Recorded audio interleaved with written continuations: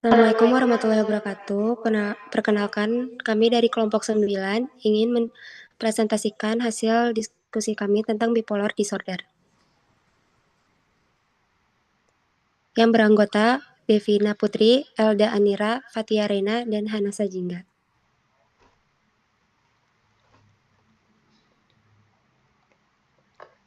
Selanjutnya, gangguan bipolar adalah kondisi kesehatan mental yang bersifat kronis dan episodik, yang berarti gangguannya muncul secara tidak pasti dan jarang terjadi dengan interval yang tidak teratur.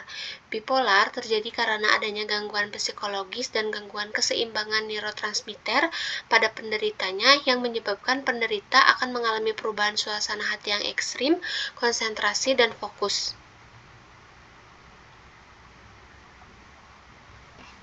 Selanjutnya ada prevalensi. Gangguan bipolar berusia 18 tahun ke atas di Amerika Serikat 3,4 juta atau 1,7% tahun 2015, menjadi 5,7 pada tahun 2016 atau 2,6%. Sedangkan di Indonesia belum tercatat oleh Riskedes 2018, tetapi data dari Bipolar Care Indonesia diperoleh sebanyak 1% tahun 2016 menjadi 2% tahun 2017 atau 72.860 jiwa masyarakat Indonesia mengidap gangguan bipolar.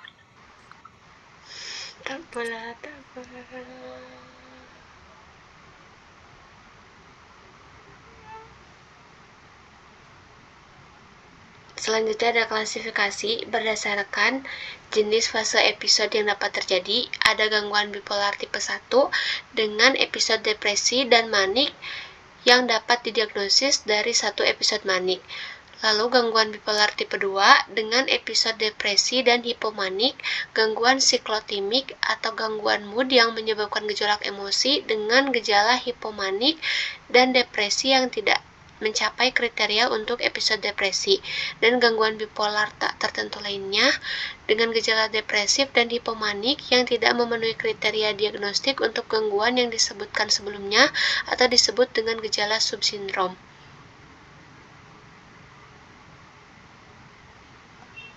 Selanjutnya di etiologi, ada faktor genetik, faktor fisiologis, faktor lingkungan dan stres, dan struktur dan fungsi otak.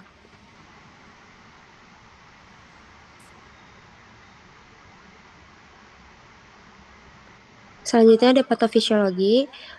Untuk faktor-faktor penyebabnya itu ada genetik, ketidakseimbangan neurotransmitter, abnormalitas pada sirkuit saraf, dan faktor lingkungan. Kalau genetik itu resiko 85% pada kembar identik dan 5-12% pada keluarga derajat pertama menunjukkan komponen genetik yang kuat. Kemudian ada ketidakseimbangan neurotransmitter, adanya ketidakseimbangan pada neurotransmitter seperti serotonin, norepinefrin, dan dopamin berperan penting.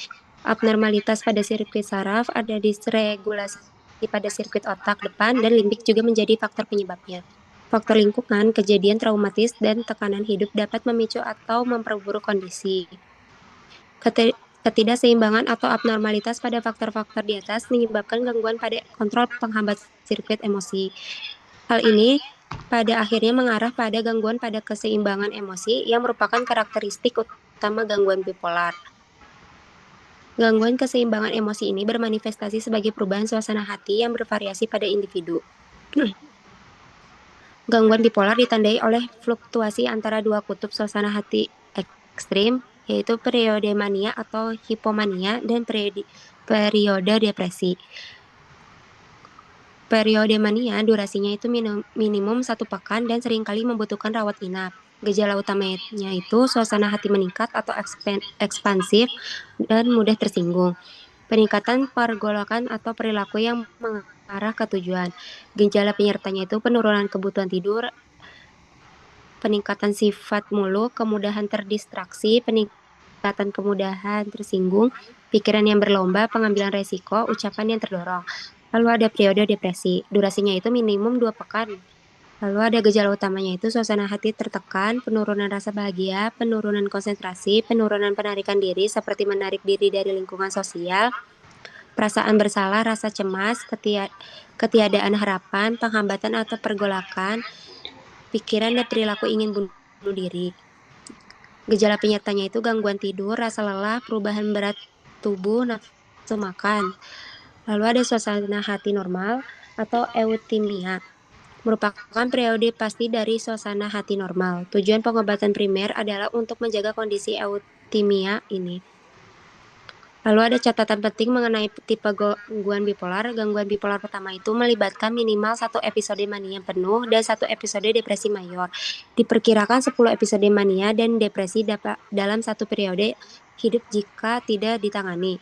Lalu ada gangguan bipolar 2, melibatkan minimal 1 episode hipomania dan 1 episode depresi mayor.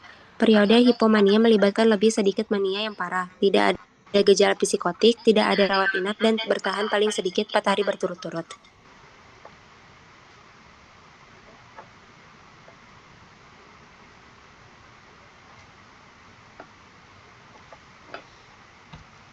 Selanjutnya ada faktor risiko. Yang pertama, usia rata-rata timbulnya bipolar tampaknya terjadi pada awal usia 20-an. Temuannya bervariasi antara 20-30 tahun. Lalu genetik keluarga, adanya trauma masa kecil, stres psikologis atau peristiwa kehidupan yang belum sembuh, penggunaan opioid atau ganja. Penggunaan ganja dikaitkan dengan peningkatan risiko sekitar 3 kali lipat menderita bipolar. Lalu infeksi Toxoplasma gondii meningkatkan risiko bipolar dan cedera otak traumatis.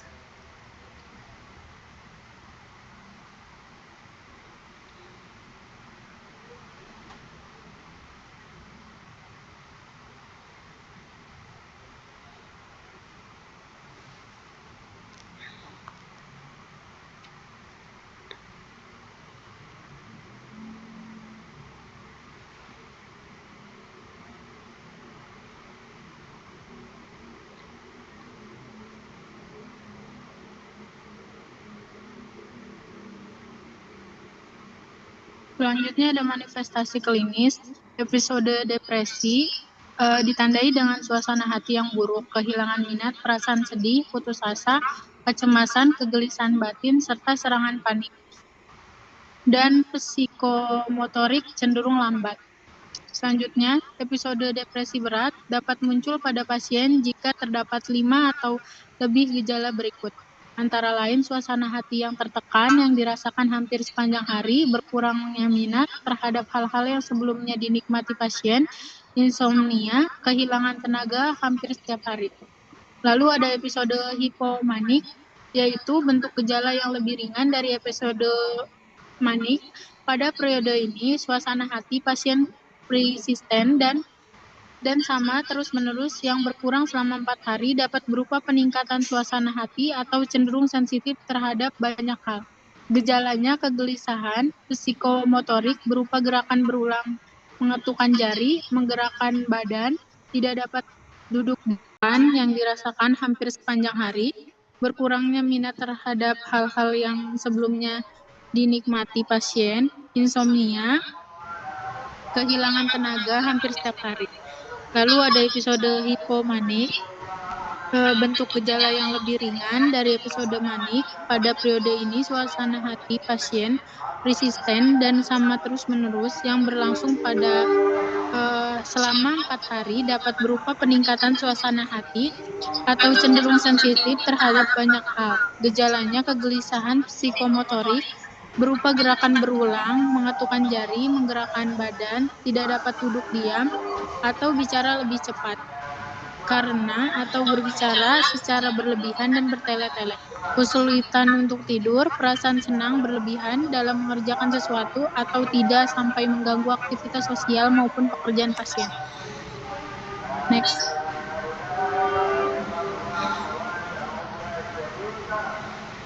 Lalu ada episode manik yang merupakan episode kedua yang paling banyak dialami sebagai gejala pertama pada pasien bipolar. Gejala yang menjadi tandanya peningkatan suasana hati yang berlebih atau antusiasme berlebih, suasana hati tidak stabil. Peningkatan aktivitas psikomotorik, perasaan gelisah berlebih merupakan melakukan gerakan secara berulang, berbicara cepat, tidak dapat dikontrol. Lalu ada episode campuran. Episode ini pasien mengalami episode manik dan depresi secara bersamaan. Pasien mengalami fase berlangsung 1 minggu. Gejalanya mood tereksitasi, marah, serangan panik, pembicaraan cepat, agitasi, menangis, insomnia derajat berat, terkadang timbul kebingungan. Next.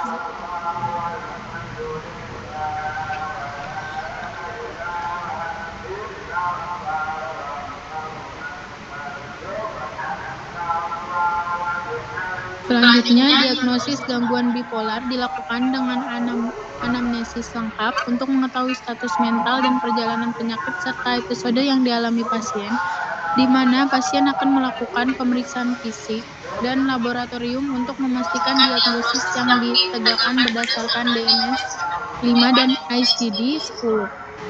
Di sini ada tabel yang menjelaskan ringkasan dari naratif gangguan bipolar.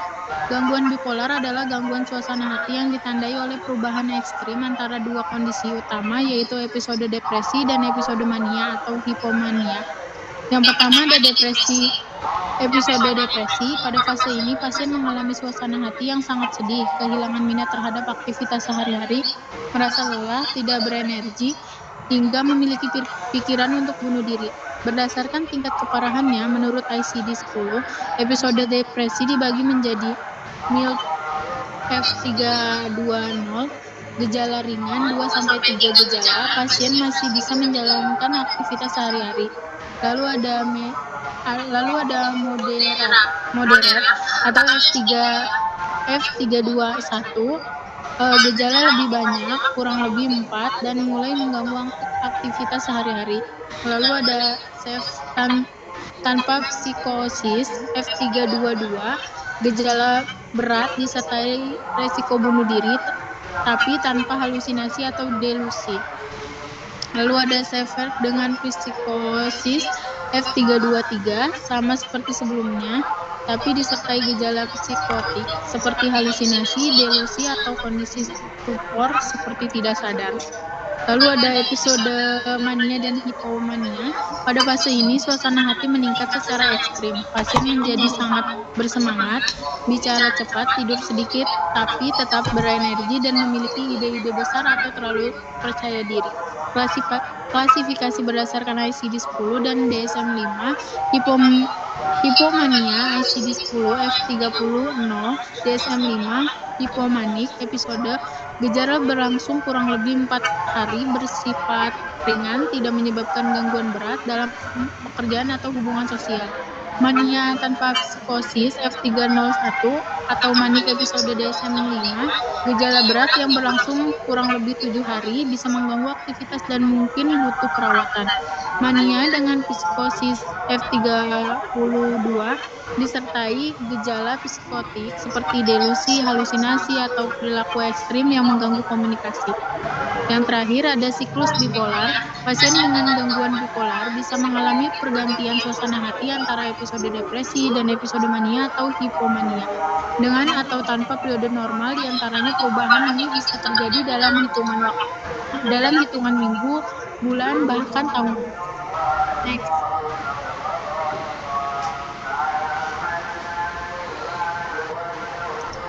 Selanjutnya, diagnosis banding. Gangguan kepribadian seperti gangguan kepribadian ambang yang disertai disregulasi afektif adalah diagnosis banding yang umum. Begitu pula gangguan depresi mayor, penyalahgunaan zat, dan gangguan pemusatan perhatian juga merupakan bagian dari diagnosis banding.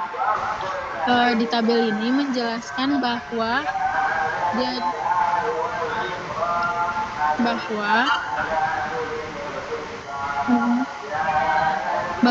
diagnosis banding ini merupakan gangguan bipolar, bisa terlihat mirip dengan beberapa gangguan jiwa lainnya, namun ada ciri khas yang membedakan. Berikut ini kondisi yang sering disalahartikan sebagai bipolar dan cara membedakannya itu ada 3. Yang pertama ada personality disorder atau gangguan kepribadian. Gejalanya mirip Gejalanya mirip, seperti emosi yang stabil, reaktif, dan suasana hati yang mendadak berubah. Dan bedanya dengan bipolar itu, pada gangguan kepribadian, gejalanya itu bisa menetap dan berlangsung lama. Bukan munculnya dalam episode, perubahan suasana hati sering kali dipicu oleh lingkungan sosial, misalnya konflik atau penolakan, dan bukan muncul spontan seperti pada bipolar. Yang kedua ada psikotik disorder atau gangguan psikotik. Gejalanya mirip seperti halusinasi dan delusi. Bedanya dengan bipolar, jika gejala manik seperti energi tinggi dan kurang tidur munculnya sebelum gejala psikotik, maka lebih mengarah ke bipolar dengan gejala psikotik. Gejala psikotik pada bipolar biasanya sesuai dengan mood, misalnya merasa hebat saat manik, merasa bersalah saat depresi. Yang ketiga ada akut inoksation atau keracunan akut zat. Gejalanya mirip seperti gelisah, pikiran cepat, halusinasi, mudah terdistraksi. Bedanya dengan bipolar, zat seperti kokain, amfetamin, LSD, kortikosteroid bisa menyebabkan gejala mirip mekanik. Tapi jika gejalanya hilang seperti zat dihentikan, maka bukan bipolar. Tidak adanya riwayat bipolar dan adanya penggunaan zat tertentu sangat membantu membedakannya. Next.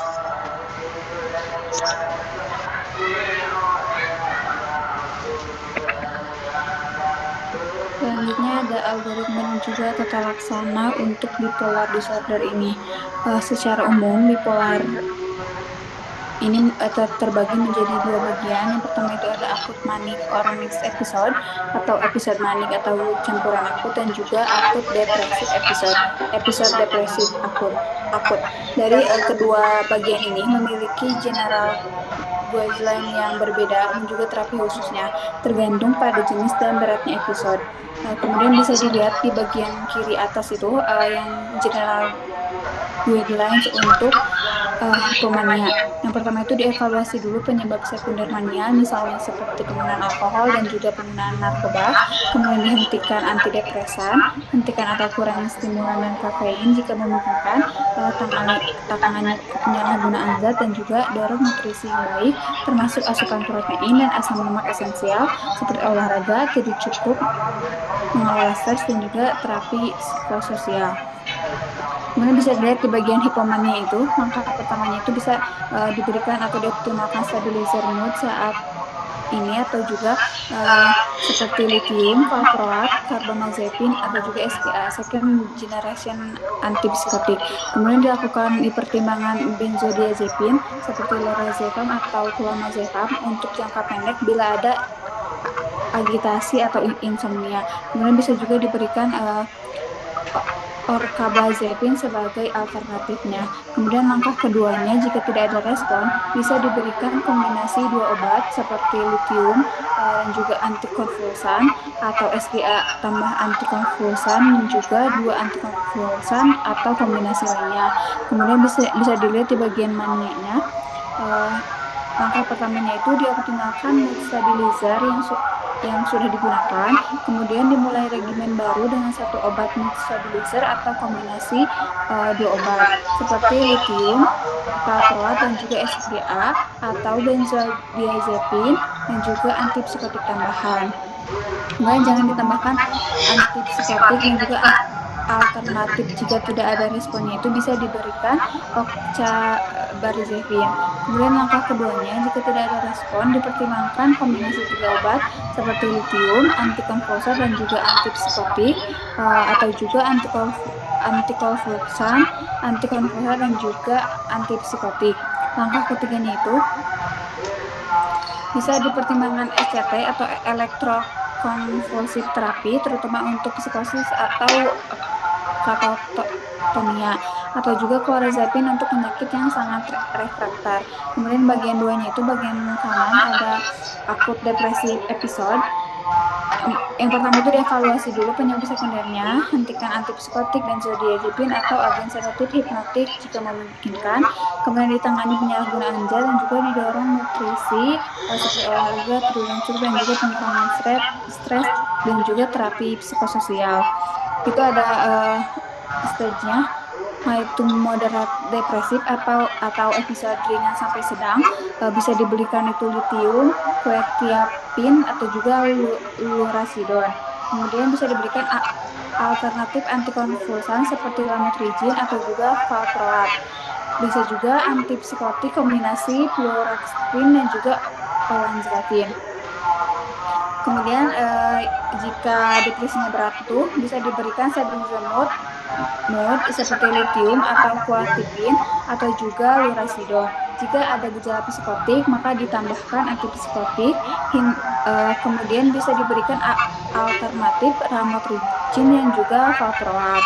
Jika tidak ada respon, maka bisa ditambahkan carbamazepine atau juga antidepresan. Kemudian second line-nya itu bisa diberikan kombinasi 3 obat seperti litium, lamotrigin, dan juga antidepresan, atau litium, quetiapin, dan juga antidepresan. Selanjutnya, jika masih tidak ada respon, maka dipertimbangkan SCT atau juga clorazapine untuk kasus refraktor berat disertai psikosis atau katatonia. Next.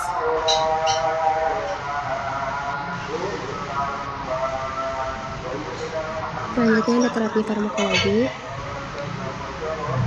yaitu yang pertama adalah chlorpromazine dengan dosisnya dewasa itu 25-50 mg tiap 6-8 jam. Untuk mekanisme kerjanya ini, obat ini tuh memblokir reseptor postsinaptik di otak dan menghambat pelepasan hormon hipotalamus dan hipofisis. Kontraindikasinya itu riwayat hipersensitivitas terhadap chlorpromazine maupun obat dari golongan fenotiazin lainnya seperti flufenazine atau promazine. Efek sampingnya itu kantuk, mulut kering, hidung tersumbat, penglihatan buram, sembelit, impotensi, sulit organisme. Lalu ada divalproat dengan dosis dewasa itu 750 mg per hari dibagi dalam beberapa jadwal konsumsi. Untuk mekanisme kerjanya itu bekerja dengan meningkatkan kadar asam gamma aminobutyric di otak. Kontraindikasinya itu penyakit hati aktif atau gangguan fungsi hati. Efek sampingnya diare, kantuk, pusing, rambut rontok, kelihatan buram atau ganda.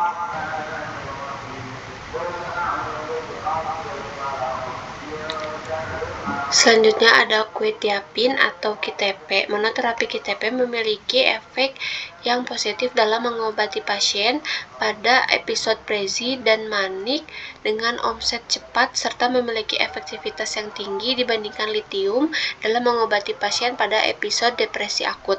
Dosisnya untuk dewasa 50 mg 2 kali sehari pada hari ke-1 diikuti 100 mg 2 kali sehari pada hari kedua, 150 mg 2 kali sehari pada hari ketiga, dan 200 mg 2 kali sehari pada hari keempat. Sesuaikan secara bertahap hingga 200 mg setiap hari sesuai dengan respon.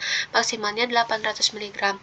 Untuk lansia, awalnya 50 mg sekali sehari disesuaikan secara bertahap 50 mg sesuai dengan respon.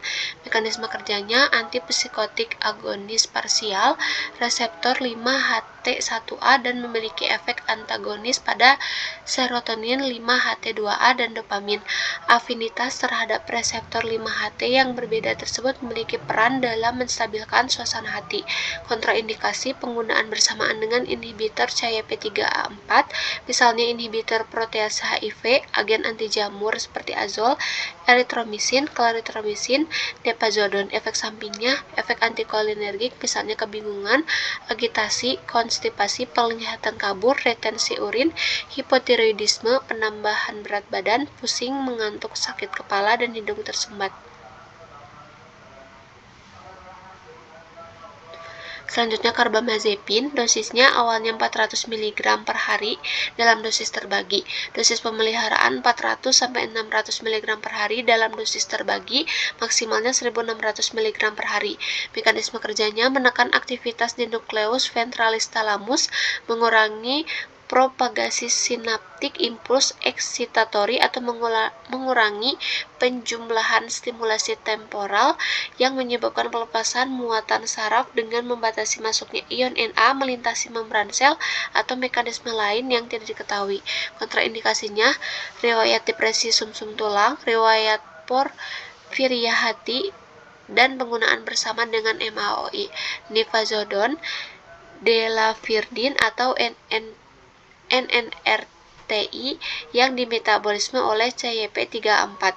Efek sampingnya penglihatan kabur, mulut kering, mual, muntah, kelemahan, peningkatan LDL, HDL, edema, sakit kepala, hipertensi. Selanjutnya haloperidol, dosisnya 0,05 sampai 5 mg 2-3 kali sehari. Dosis pemeliharaan 3 sampai 10 mg setiap hari. Untuk lansia 0,5 sampai 2 mg 2-3 kali sehari, maksimalnya 20 mg per hari dalam dosis terbagi. Mekanisme kerjanya antipsikotik generasi pertama. Obat ini secara non-selektif menghambat reseptor dopaminergik di 2 pos sinaptik di otak. Kontraindikasinya depresi SSP toksik yang parah, kondisi koma, penyakit Parkinson, lesi ganglia basal, tirotoksikosis, gangguan jantung yang signifikan misalnya infark miokard akut, gagal jantung, aritmia, bradikardia, dan laktasi. Efek sampingnya aritmia jantung, takikardia, gangguan penglihatan, diare, mual, muntah, hipoglikemia, gelisah, sakit kepala, kebingungan, insomnia, dan retensi urin dan hipotensi.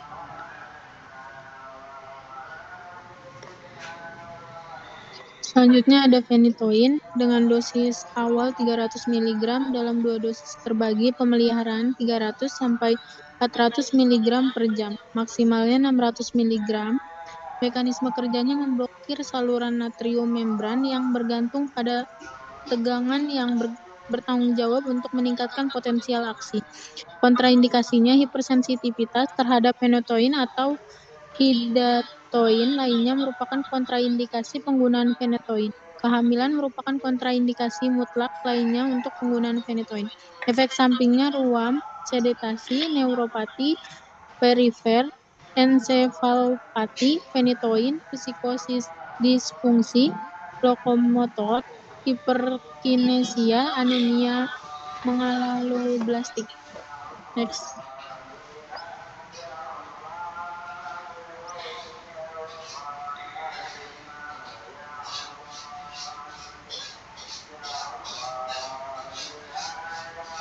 Selanjutnya ada litium karbonat dengan dosis 1000 sampai 1500 mg setiap hari atau 450 sampai 670 mg 2 kali sehari.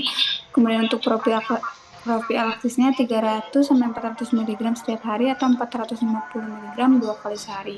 Untuk mekanisme kerjanya, mekanisme pasti dari litium sebagai agen stabil suasana hati tidak diketahui, namun diyakini mempengaruhi transportasi kation melintasi membran sel pada sel saraf dan juga otot, mempengaruhi reuptake serotonin dan atau neuropineprin, dan menghambat sistem pembawa pesan kedua yang melibatkan siklus fosfatidilinistiol. Kontraindikasinya penyakit kardiovaskular berat, penyakit jantung yang berhubungan dengan gangguan irama dan gangguan ginjal berat. Kemudian efek samping yang diberikannya itu gagal jantung, hiperparatiroidisme, hiperkalemia, hipotiroidisme, dan juga diabetes insipidus. Next.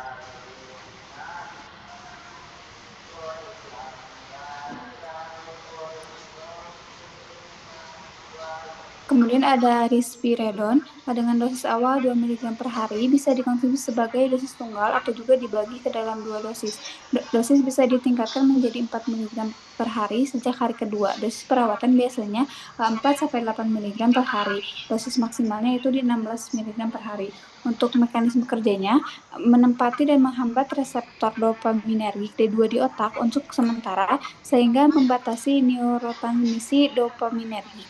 Untuk kontraindikasinya, penggunaan pada pasien dengan hipersensitivitas terhadap risperidon atau poliporidin sebagai metabolitnya. Efek sampingnya itu agitasi, kecemasan, konstipasi, mengantuk, peningkatan berat badan, dan gejala ekstrapiramidal.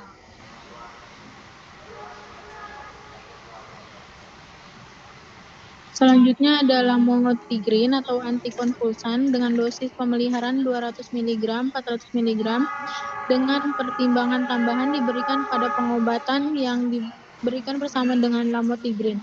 Mekanisme kerja obat antikonvulsan pada saluran natrium dan kalsium berdampak pada neurotransmitter tertentu seperti dopamin, serotonin, dan GABA, yang kemudian mampu menghasilkan efek yang mengurangi gejala mania dan depresi yang terjadi pada gangguan bipolar. Untuk kontraindikasinya, hipersensitif terhadap lamotrigine atau bahan-bahannya merupakan kontraindikasi utama untuk pemberian lamotrigine. Efek sampingnya mual muntah, nyeri dada, nyeri punggung, penyakit keratosis, busung dysmenorrhea, perubahan berat badan, sembelit, sakit perut, rasa sakit, kelemahan, insomnia, mengantuk, pusing, ataksia, dan lain sebagainya. Next.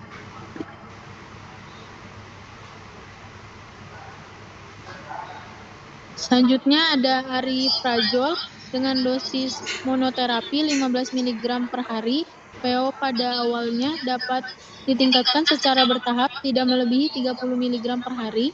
Mekanisme kerjanya agonis parsial pada reseptor dopamin D2 dan serotin 5-HT1A serta antagonis pada reseptor 5-HT2A.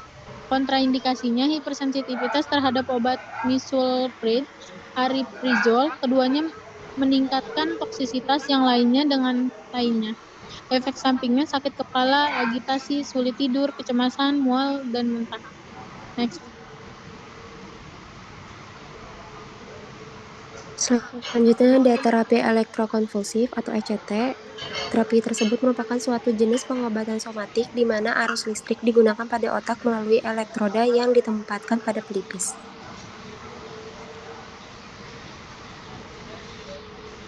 Selanjutnya ada terapi non-farmakologi yang dapat dilakukan pasien. Yang pertama itu terapi farmakologi ini ditunjukkan untuk menstabilkan suasana hati, memperbaiki kualitas hidup, dan juga mengurangi resiko kekambuhan.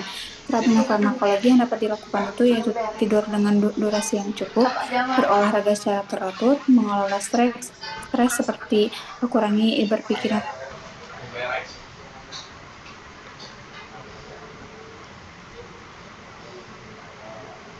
berat dan juga membuat semangat.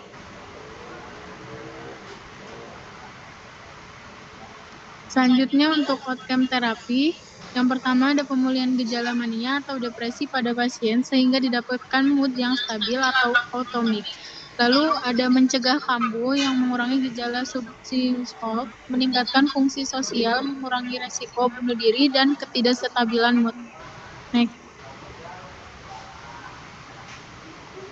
Berikut daftar pustaka yang kami gunakan.